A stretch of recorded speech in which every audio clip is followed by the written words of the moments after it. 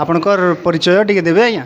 निश्चित भाव मो ना हूँ रोशन साहू बरपाली अधिवासी जिला हूँ बरगढ़।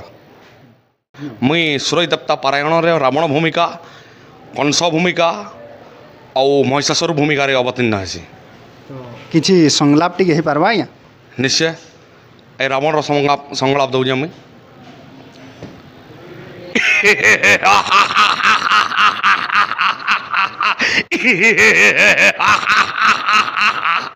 हाँ अटे मुहि दशानन रावणे धरा धावरे स्वर्ग मर्त्य पाताल को करिअछि जय भृत्य परे खटाइछि 33 कोटी देवता मंडली तेणु स्थापी अच्छे सिंहासन एही लंका प्रदेशे नाही समकक्ष योद्धा एमहि मंडले नासिबाकु वीर दशानन।